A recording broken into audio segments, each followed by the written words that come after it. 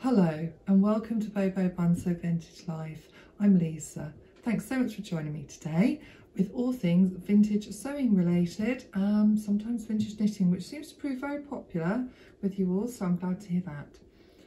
In today's video, rather than going through the whole process of making my dress for the dressmaker's ball as I had planned, I've videoed all sorts of bits for that. I'm going to share that next week because the ball's on the 1st of October, so next Saturday. So I'll be sharing that with you next week.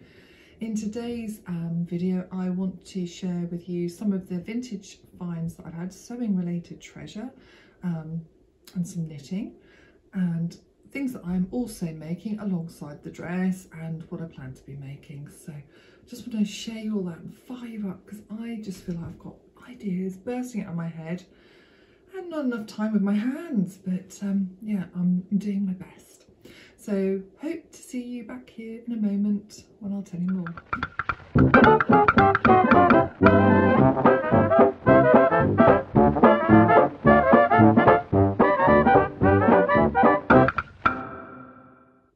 Now, the biggest sewing project that's been on my brain at the moment has been my frock for the dressmaker's ball because yeah, it's like obviously something I'm only going to wear for a little while, but I'm making something unusual, a cocktail dress you don't wear every day, you know, and it's something that you can really throw all the pizzazz at, really enjoying making something quite unusual to your everyday wardrobe. So that's kind of been going on in the back of my head, still not finished, trying to resolve some problems. I mean, I'll give you a few sneak peeks and tell you about it, but alongside that, obviously I want to just be sewing some other things. And I talked to you last week about the smooth sailing home front overalls that I sometimes turn into 30 inspired trousers, you know, 1930s inspired with the side button placket. So I did start on those and I'm doing them. It's the most delicious. It's a black wool suiting. It's got a bit of stretch in it and it really holds itself, and I think it'll be lovely and cosy. So already got this far with them, and I put my pockets on, which I've lined in my dress fabric for my rockabilly dress. So I've just got to do the button placket and the waistband. So I got that far with them, and that was on Saturday afternoon, so I just popped that over there. That was on Saturday afternoon. I'd sort of taught 2 classes on Saturday, and I knew I should be doing my dressmaker's ball dress, but I just really want to get on with the trousers. We thought we'd be going to a 1940s railway event on the Sunday, and I woke up and I just really wasn't in the mood for going there, energy-wise, lots of people. Which is a shame because it'd be lovely, but it will be there for next year. So I think I was rushing to finish those for that. But as the Saturday afternoon went on, I just got obsessed by, you see the fabric on my stand here? I found that in a charity shop earlier in the year, and it's got a very Liberty sort of feel, this cotton. And I knew there'd be just enough for a blouse in it, but I hadn't decided what sort of blouse I was going to make. And as Saturday afternoon went on, I was sewing the trousers, I kept thinking about the fabric and how great it would look as a wearing history smooth sailing blouse. It's just all I could think of, and how great it would look with these trousers, and obviously it will match with lots of other things in my wardrobe. So me being me, I just went and cut it out straight away. And then I thought to myself, you know what, I'm going to employ the really quick method of sewing this to see if I can get it done before tomorrow. And I did. I can't believe it. I got it made in 3 hours. I don't necessarily endorse quick sewing because I like enjoying the process too, but sometimes we make things because we want to wear them. And saw on Tara Dayton's channel, I think it was on her YouTube channel, she was talking about setting sleeves in flat, you know, in the industrial method, which I have used before but never with French seams, and I'd chosen to French seam my whole blouse, you know, all the yokes, everything are French seamed, and then they're top stitched on. And I thought, you know what, I mean, because normally you think you just can't French seam a curve, but using the method she showed, I did, and oh, just absolutely thrilled. So I've got very neat seams all the way through, and then I found these amazing vintage buttons. I'll put a close-up photo so you can see them. So I found the perfect method for vintage buttons. I changed the sleeves. I used the Liberty Bella tea dress, which I've made twice now, So they've got the 4 darts in the sleeve head and then it's eased in, and there's a pleat down here. I used that rather than the Wearing History sleeve, and absolutely thrilled with how it's turned out. So that got me thinking, because I have used the smooth sailing blouse before and turned it into a bodice for a shirt dress. I think I've made 2 dresses as a shirt dress, and I might have pictures to show you, fingers crossed. Can't remember, but I think I have. One's kind of become, even though it's a black floral and vintage cotton with big red buttons, it's kind of become my funeral dress whenever it's a family funeral, which sounds a bit depressing, doesn't it? But yeah, that's, I think, my most sensible outfit for going to a funeral. But I digress, let's not talk about funerals. So what I wanted to do, I got sent this fabric from Just Fabrics, and it's absolutely glorious. If I hold it against me, I mean, and you see there's all the sewing machines, there's so many details. I'll look at the back of it. There's scissors and embroidery hoops and buttons and pins and threads and flowers and mannequins. It's all on this lovely blue background, and I love blue. And they approached me and said, would I like to pick some fabric to do a make? And I chose this one. I just thought it was just so fun. And at first I was going to make one of my rockabilly dresses, you know, so I bought this black rickrack to put around the neck, because I wanted to sort of bring out the black in here so I'll be able to wear it more in the winter with black tights. I'm a real believer in, you know, accessorising, you know, to match. So it's about bringing out that main colour in the fabric to sort of tone it down for the season, but I know I'd wear that all year round. And then the more I was thinking about it, I thought this fabric would actually be great as a shirt dress, but I'm thinking I might do it more as a 50s style shirt dress with the butterick skirt with the big pockets. So I can use the rickrack, and I might even put the rickrack, you know, across the yoke or around the collar, around the cuffs. I'm not sure, but it's definitely going to be the black rickrack as an accent with this fabric and a shirt dress. So that's another one on the plans. So pop that over. I've got things all over the place, like lots of worms wriggling about. So I've shown you about the trousers and the blouse and my plans for that fabric. And my other plan is to make a black velvet bolero to go over my dressmaker's ball dress, which I will give you just a quick sneak peek of where I'm at to, because the main dress is gold. It's got black tulle with little velvet polka dots, net overlay skirt, and then it's going to have the black velvet with the black velvet bows and down the back. I'm going to make a black floral with gold beads corsage to go on it, and I just thought, well, I want like a little over jacket, a bolero. And I looked at various patterns on Patreon. Gertie has, I can't remember what it's called, I'll put it underneath, but a lovely little jacket. It might even be called the Brooklyn jacket, but it's one of the latest ones. Anyway, so there's that, but that's quite a laborious make and having to line it all at, you know, the fitting, whatever. And I just wanted a very simple bolero, whether it's a Reva turnback collar or just very simple. And I thought, you know, quite 40s style really. Even though I'm making 50s dress, you know, with the shorter sleeves. And I looked at Gertie's Dorothy Bolero, and I'm not sure if that's quite right. And I thought, you know what, I could just draft. I'm still going through the options because I've got just over a week. But I was looking at the Closet Historian, who was talking about drafting a 1930s bolero from her bodice block. And I thought, well, yeah, I could do that. So I may do that. If not, I might just put a blooming black cardigan over the whole thing. If we run out of time, I'm not going to bust a gut about this. But I did buy, because I had to go into the furnishing fabric shop to get some muslin to make a curtain for my daughter's uni bedroom. So she has a bit more privacy. You know, they're now in a rented house. So I went and got that. And they had this lovely polyester velvet. It's got no stretch in it. It's just the most beautiful soft velvet. So I bought this to make my bolero. But I mean, it's something that, even if I don't get it made, I will get it made for another time, and it will get worn because it'll be a lovely little evening jacket. I'll just pop up a picture from the 40s book of I've got some lovely boleros and some inspiration for them. So that's where I'm at with all my sewing ideas. And then I wanted to share with you some of the finished inspired sewing things that I've got recently. I've had this book about Claire McCardell. It's from her original What Shall I Wear? The What, Where, When and How Much of Fashion. And the original, I think, you know, £60 and upwards if you can get hold of a copy. But they've reproduced it. So I had this on pre-order. I'm really excited, you know, because it just came out middle of September. So I received this last Saturday. And I just wanted to read you a bit in here, and then I'll show you some of the pictures from the book. It's all of her fashion wisdom of how to dress, you know, sewing tips, that type of thing, and some images. But I love about her essential 11 list for fashion.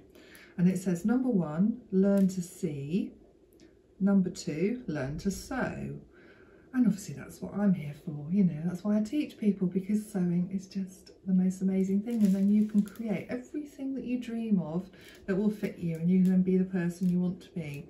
Live out your fantasy, imaginary life, or just be comfortable in your clothes. So yeah, Claire has that right near the top. And then number 3, learn to drape. Also very important, draping fabrics and seeing how they fold, how they move, you know, what you actually want to do with the fabric you've got. Learn colour, again, very important. You know, not just thinking, I like that colour and it looks darn ghastly on you, or those colours don't work together, or you know, or just how well those colours would go together. I see so many colour combinations, like you know, brown with a lovely pink, or, you know, pink with a navy, or brown with a turquoise, you know, magenta with, you know, a lovely duck egg blue. I love those contrasts, but it's just getting that feel for those colours and whether they work for you, you're confident enough to wear them. So yes, learn colour, learn anatomy, really, really important if you're going to be sewing. It's so essential. That's why in my classes I always teach the beginners for 8 weeks, and then with luck I can encourage them to sign up to my next class, which is 8 weeks of learning how to fit a pattern to your body, how to alter a pattern, how to understand the difference in your body measurements and the finished garment measurements. You know, what is wearing ease, what is design ease, and then how to manipulate those for the kind of shape that you want to be wearing. And alongside that, you then learn about your own anatomy, you know, how your body has actually got to fit within this garment, you know, from a 2D pattern on the table to how you make it into a 3-dimensional shape to fit your particular anatomy, you know, with one shoulder slightly higher than the other, one boob slightly bigger than the other, all of these things. And just knowing the thing that's a real bugbear for me, so I'm going about anatomy, but I do love fitting, is when sleeves aren't put in correctly, you know, when people have got them just slightly past the shoulder bone, and so then it will restrict the arm. The whole point of a sleeve is that it comes up over the round of our shoulder so that we can get rotational movement. It's why the shoulder seam's slightly set back, so the sleeve should be put in at the right point. You know, not too tight under here, but not too much fabric here, because again that will restrict you, you know. So I find the people in my classes who are doctors, nurses, etc., it kind of makes more sense for them because they understand the way the body works and moves, so they understand the way that these pieces should fit on the body. So yeah, that's what it means by learn anatomy. Number 6, she says, learn to wear clothes well and appropriately. Well, I don't know about the appropriately, because I think clothes are appropriate for whatever you say they are. I mean, I don't know if I would go climbing up a Welsh mountain in the rain in a ball gown, because I think I'd be really cold and wet and miserable. But if it was a hot sunny day, then why not? So, you know, whatever's appropriate. But learn to wear them well, you know, and look after your clothes. I think that's what she's saying. Claire then says, number 7, learn the difference between good taste and bad taste. That's very important. Yeah. Some things can just look sheer nasty on you, and you know, you thought it would be lovely, but no. So the good and the bad. Then she says, learn what sells and what doesn't. That's obviously more for the designers out there. You know, and I had to do that when I used to sell all my vintage inspired accessories, you're trying to get a feel for the market and what people want to buy, alongside keeping true to what you love. Because there's no way I was going to, I suppose the only word is like prostitute my ideas to something I didn't enjoy making and then have my name on it. So no, but that's more if you're in business. And then learn how to feel changes before they come. That's really important, you know, sort of if you're following, you know, the cycles of fashion, then you might want to see what's happening even as a vintage sewist, that you can borrow elements from it. So I suppose more in vintage sewing, we're on a good standpoint because the fast fashion movement, and they're talking about more sustainable sewing, well, we've already been doing that. We're reusing a lot of old fabrics, notions and buttons and zips. We're taking things apart to create something new, using the vintage patterns. So we're already one step ahead, or we were one step ahead. And then she says, learn how to know when they're gone. And I think from that she probably means when the clothes that you've made have just literally like died, or they don't fit you very well, so just repurpose them, you know, use the fabric for something else, use the zip for something else. So accept the death of a garment, which can be terribly sad. You know, you keep repairing it and then no more. That's Claire. So I'll just show you some pictures from inside the book of some of her garments, because it's just a delight, and then I will show you some other bits I found.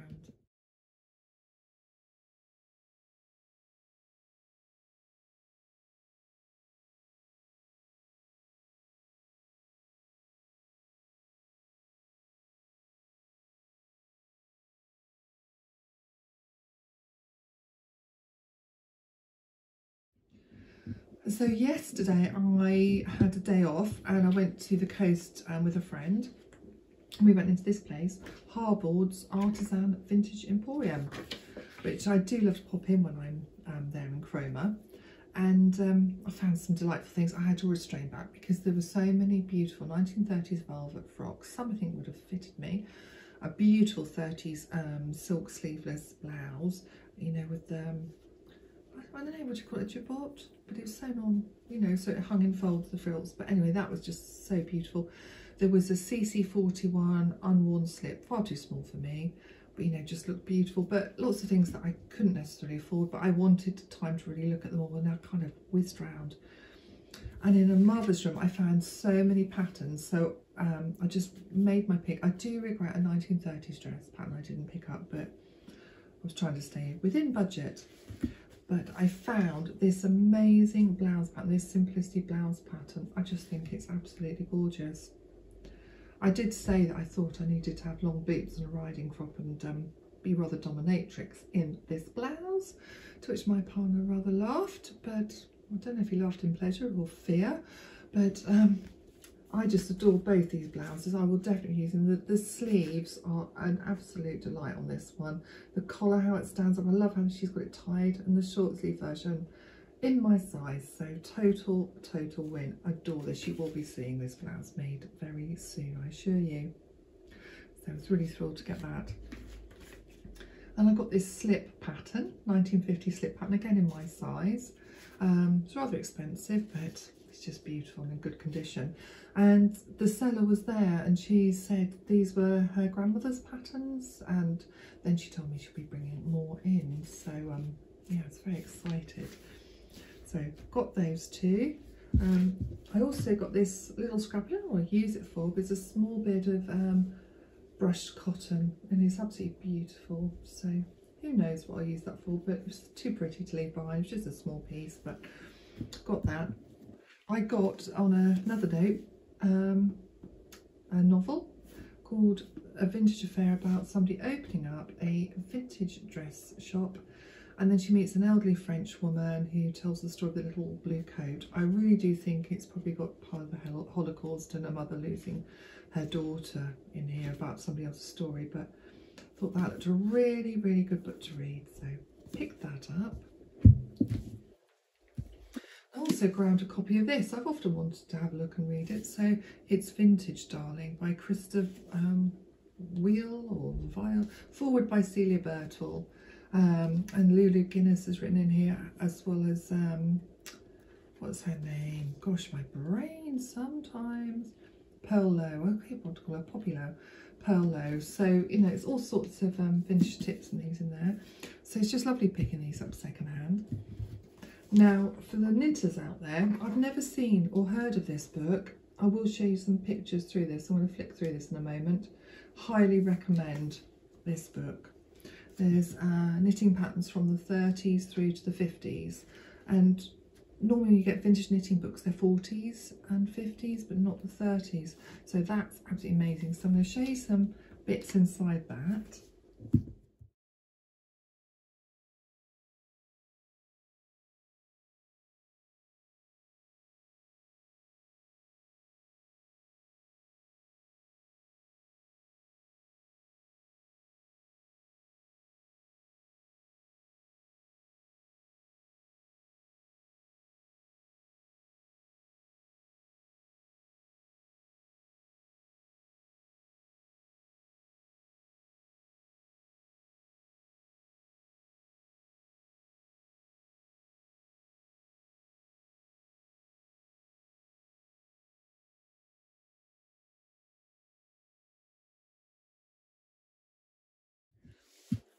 And the final book I got was this one, Hollywood Knits. So there's a few lovely, I do love this Jane Wyman one with the cigarettes appliqued on her jumper, and I love her skirt actually. So yeah, there's all sorts. Just trying to find somebody else to show you. The lovely Jean Harlow there in her fluffy jumper. So that's a lovely, lovely book as well. So I was really, really chuffed with all the things I found yesterday. I was carefully putting my books to one side. So I've got all sorts of plans and things buzzing. Plus I've got my previous blouses, my cream blouse and my Richmond blouse. I've just got to put the buttons on them, and I think one of them hem them. So yeah, I'm terrible sometimes with my butterfly brain. I get so far with a garment and then I get enthused and inspired and want to start something else, and I've got to be better at finishing. Unless there's a deadline, I just sort of tail off and start something else. So I've got to be a bit better with that. So yeah, I can't wait to share with you my dressmaker's ball dress, and I was planning to do it today, but I just think it's going to be better all in one go. So I will just fire up a sneak preview for you, and then we shall move on. And I've obviously got to try it on and see how it fits. I know the bodice fits well, but I don't know how the skirt fits. So much sewing related news. So I hope you're having a lovely time whatever you're making and doing, and thanks so much for each and every lovely comment you leave me. If you don't want to miss out my videos, then please hit the subscribe button and like, and chat away. And until next time, have a lovely time sewing. See you very soon.